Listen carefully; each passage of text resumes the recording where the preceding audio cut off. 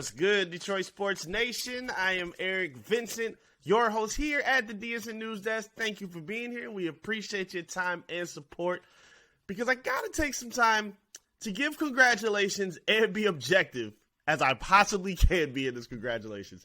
Coach Jim Harbaugh, to no surprise, won the Big Ten Coach of the Year after a masterful season for the University of Michigan, going 12-0, running Ohio State out of their building, clinching a number 2 spot in the NCAA Top 25.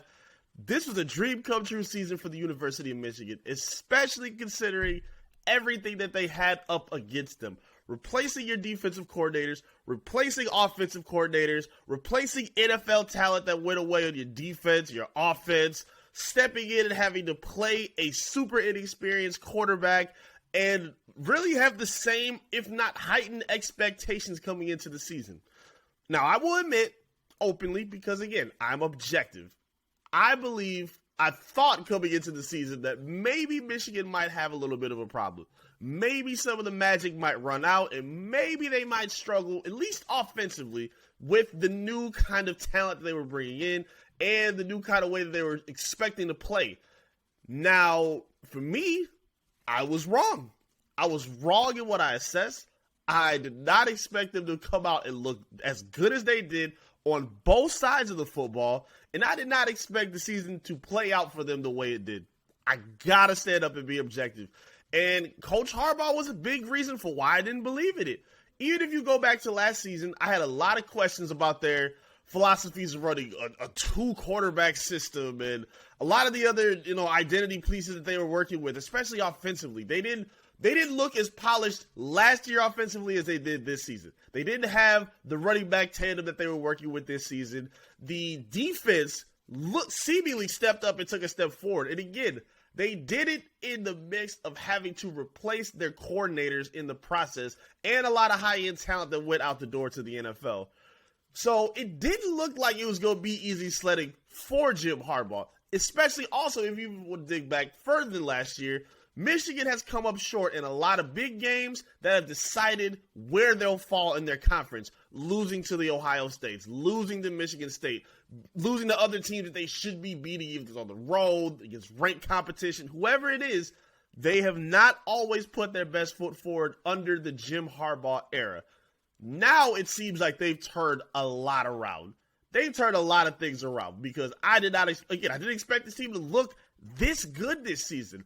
I got to give them credit for everything that's happened, man, for how he was able to turn a 2-headed monster in their backfield with a potential Heisman candidate in Blake Corum, Donovan Edwards beautifully complimenting him, having a super disciplined team that was in the bottom rankings the top rankings, in terms of getting penalized. They're one of the most disciplined football teams in all of college football, and it showed on the field. They never beat themselves with bad penalties. You never saw them kill drives that were building momentum with stupid plays and stupid holds and things that would just cost them momentum. They never put themselves in that kind of a situation. And that always goes to coaching. It always goes to coaching, especially considering what we know with Cade McNamara, who's now entering the transfer portal. You open the season with him, and you have the guts to say, all right, we're going to go with Cade to open the season, and then we're going to try JJ and see what happens, and then I'll make a decision after that. Seemed kind of blasphemous at the time. To me, it seemed a little crazy, a little wonky, but it's turned out to work just fine. I'm getting to a point where I don't even know if I can criticize or go at Jim Harbaugh anymore. I want to see 2 more things at the very least to kind of solidify my faith in him as one of the elite NCAA coaches in football. I want to see, obviously, what they look like in the playoffs. I want to see what they look like against an SEC team. I want to see what they look like against Georgia if they get to the national championship. Because at this point, considering the growth that Michigan has taken, it shouldn't be enough to just beat Ohio State at this point. It should be bigger dreams, bigger goals, and bigger aspirations. And if you want to be mentioned with the Alabamas, if you want to be mentioned with the Clemsons, mentioned with the Georgias, those higher power ranking teams, because as we all know, the Big Ten gets a lot of disrespect. Whether it's the level of competition, whatever it is, they don't get the respect they deserve. This is his time to earn it right here. This is his time to prove that they belong in that conversation. And I think they will. And I'm not saying they have to win. A win will certainly solidify that. But you can't come out and lay an egg, get whopped by 30 points if you do end up meeting them. You can't get upset by TCU if you see them. I have no questions about what they'll do Saturday. They should wipe the floor with Purdue by a mile. So I don't even have to get into that. In terms of after that, the playoffs, that's where you're going to have to decide. And that's where I'm going to decide if I'm really buying in, because I really want to see what they look like against that upper echelon competition. I'm not doubting what they mean in the Big Ten, but moving forward in all of college football, I think that should be the higher goal for them at this point. It's not just beating Michigan States and Ohio States. It's about further goals than that, higher goals than that. That's the point you should be set at. One more thing I want to see from Harbaugh to kind of solidify my faith in him. We've known a big narrative about Harbaugh was being a quarterback whisperer. Maybe I'm different from others who have looked at what J.J. McCarthy has done this season, and I don't think he's been bad. I don't think he's been, disappointing in any way, shape, or form. I think he's been everything that Michigan has wanted them to be. But from what we've seen, he's had the tag of being a quarterback whisperer. But we haven't really seen that yet in college football. JJ is probably the most productive quarterback he's had in Michigan right now. But